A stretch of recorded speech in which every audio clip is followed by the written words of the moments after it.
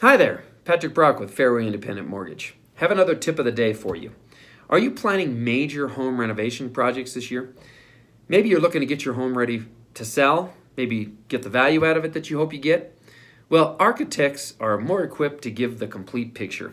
I anticipate it'll cost you anywhere from $125 to $175 a square foot, plus 10% or so for engineering fees, permits, things like that. And it'll probably take you about a year to complete. So here's the suggestion.